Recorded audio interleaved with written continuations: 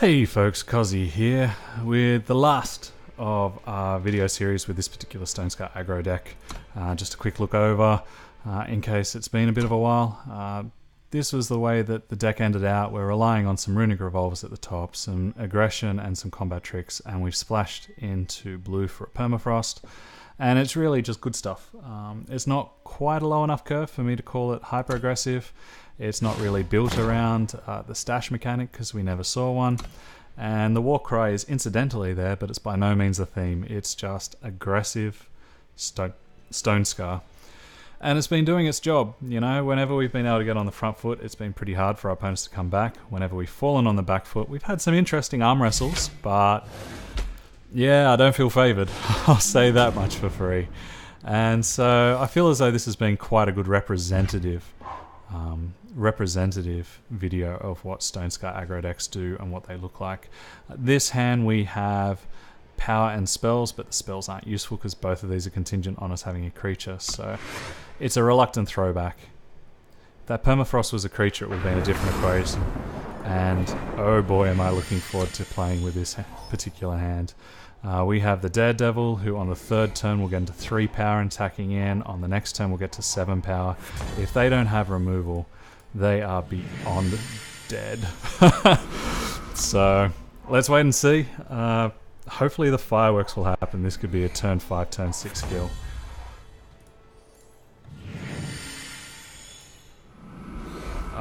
This is probably a lightning strike getting ready to rain on my parade. We still get the 3 damage in. We don't lose any value because we had to use that weapon on somebody. No! Okay, we're still in it. So they don't have a lightning strike because they certainly would have used it there, and I also would have seen a stop. Do you have a torch? Okay, you got an acolyte. And the crowd boos because we were about to have so much fun. Instead, I think we'll just get aggressive.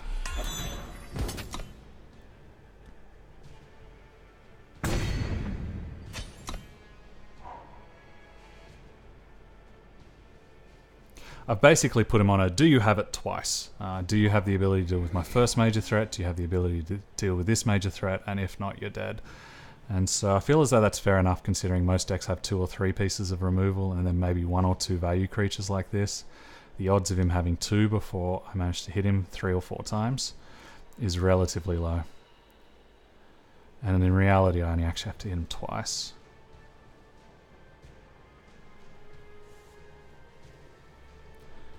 That he's thinking so hard makes me think he doesn't have hard removal, so he's now thinking about blocks that he could use.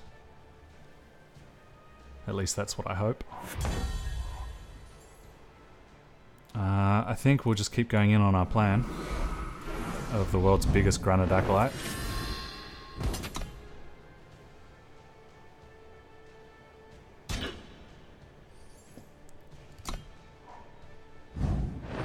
And this is why I was holding up my rapid shot.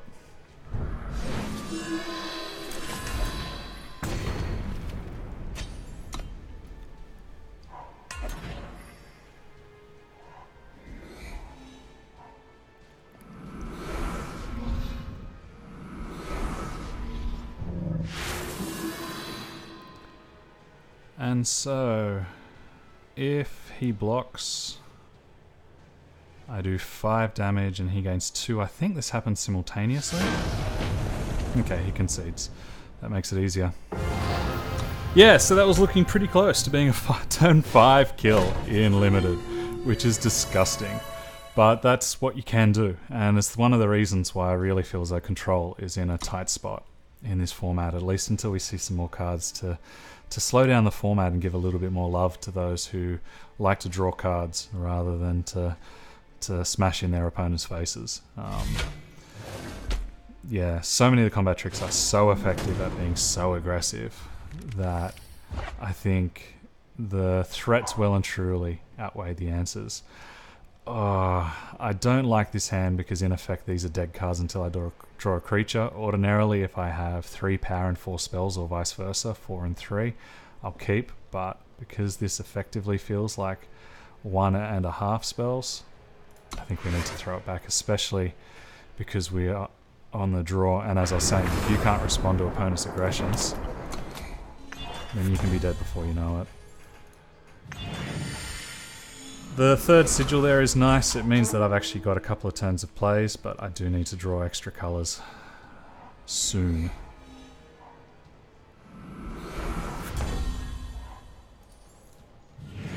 I don't want to trade here, so we'll just develop and stay back. Now that I have access to the rapid shot or some of the other pieces of removal, I can change my mind when I'm attacking next time, but...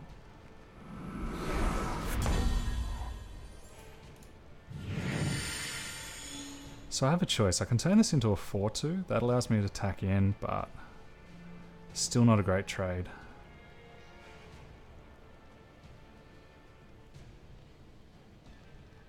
But it's better than having the 4-1. Otherwise I can attack. If I attack with both, I imagine he block like that. So I don't get to kill the Gruum. Yeah, I think we just keep developing for now. There's no point in getting fancy, especially when I haven't seen, by any stretch of the imagination, his best cards. If he casts Lightning Storm, I'm in trouble. I think I'll be in trouble anyway. And this is the card that opens up the game for me.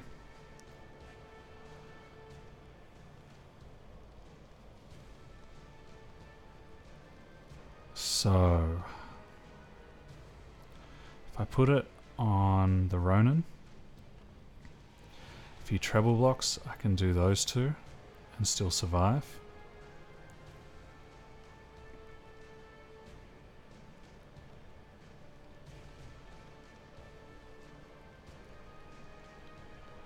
And then next turn we can attack him with the team, knowing that I have the quick draw.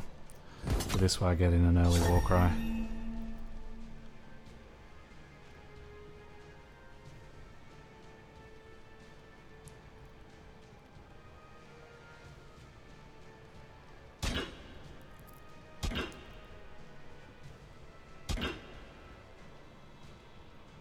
So that looks like it was worked. That was my first inclination, because if I do the 4 damage here, they'll do the 2 back. But instead, if I take out these guys, he only has 1 damage available.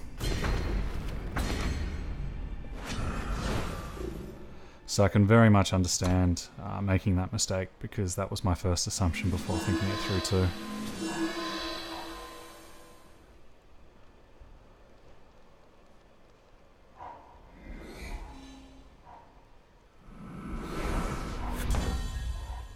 That is a nice draw.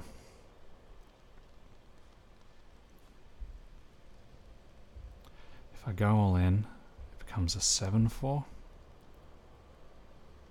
And then next turn I can still do the same attack, or do I want to diversify my threats here and have a 5-3? I think I want to diversify. I don't want to get hurt needlessly. Effectively means all of these guys are quite menacing attackers.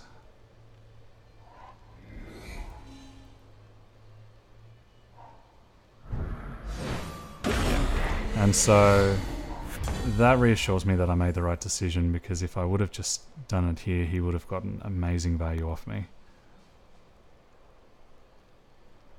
We can afford to attack for both. If I attack with both, I can get off a trade. I won't get any damage in. Oh no, I won't. I'll be able to get 4 damage in and a trade for the rapid shot. I think that's worth it over developing my board, especially whilst he's powered down. This is my chance to do it without any fear. And if he is scared of me and he lets it go through, so it's a very expensive bluff attack.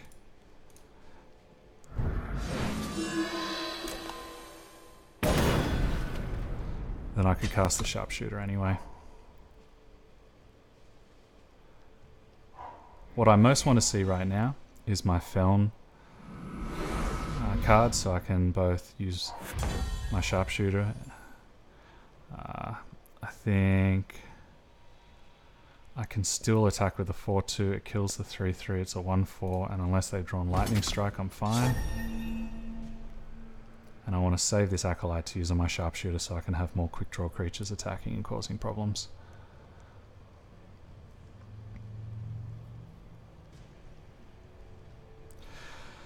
I was talking before about the balance between aggro and control, and I think again this is another great example where I've been screwed. I've had 3 power this whole game, and despite having 3 power, I've still been able to represent 14, 16 odd power on the table at any given stage.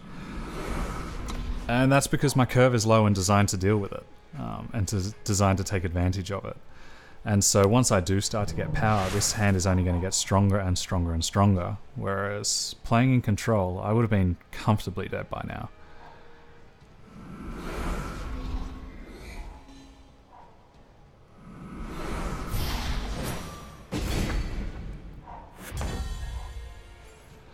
Just in the nick of time, hey? Thanks, Banner.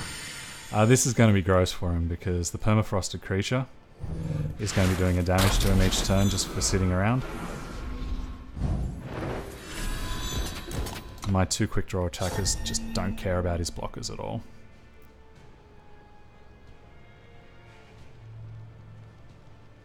And yeah, it's amazing that I've been able to effectively play out my whole hand with next to nothing because I've been building around an aggressive curve.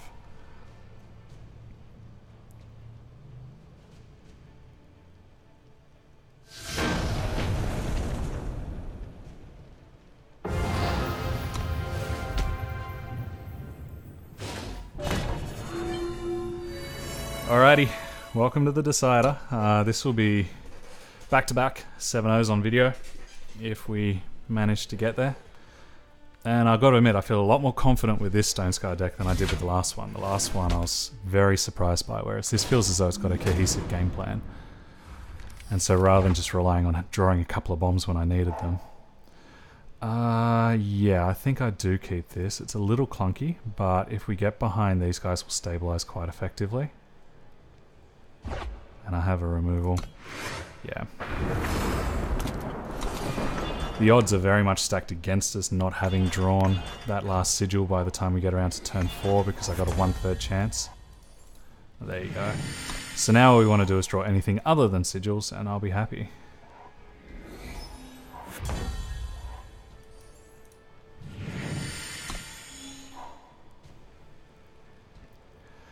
This looks like it's a relatively slow Elysian deck. I've got a choice between the Daredevil or the Brigand.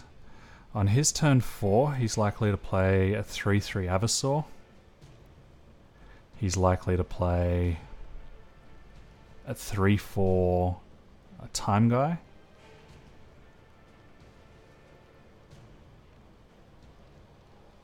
I think the value's there, even though I'm off-tempoing myself a little, although this is a guaranteed 4 damage in.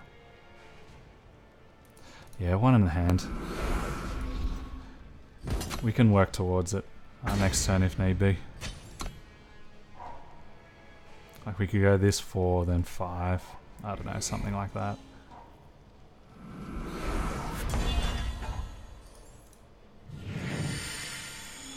So she's not reckless, she just charges. Do I want to get greedy and do this?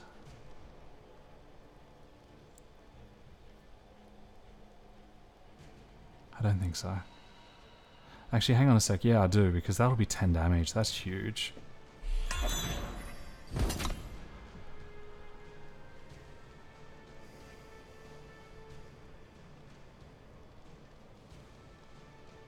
Especially as next turn, whatever he plays, if he equips up or something, I've got the hard removal.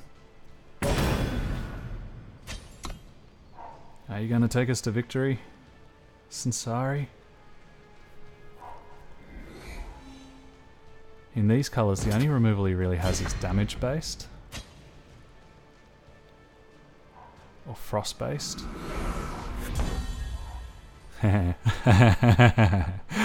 Oh, that's nice. That's really, really nice. I'm probably enjoying that just a little bit too much. Thank you, deck. I feel a little bit guilty and a little bit slimy at that because that's pretty disgusting. Quick draw as well as overwhelm, as well as double damage to players. If he blocks here, he still takes 6. If he double blocks, they die. If he blocks here, he takes 8. He's thinking about the fact that he could play another Twin Brood Sauropod to block. How does he stay alive through this? But unless he has removal, I think he's in so much trouble. He's thinking here now he can double block. And unfortunately my Death Strike is going to have a different answer for that. I think he really needs a Permafrost effect or nothing right now.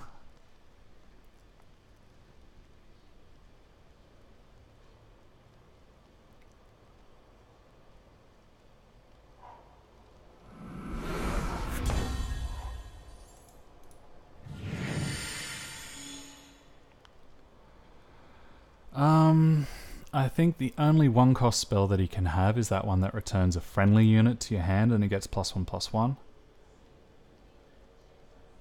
So there's no point in showing off. I think we just want to kill him and have this done.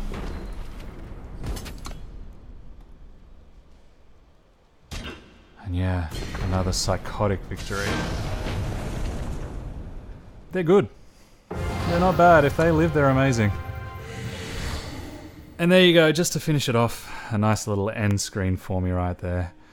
So that was my Stonescar Aggro deck. Yeah, geez, it went well. It's funny, I didn't even think that was that good.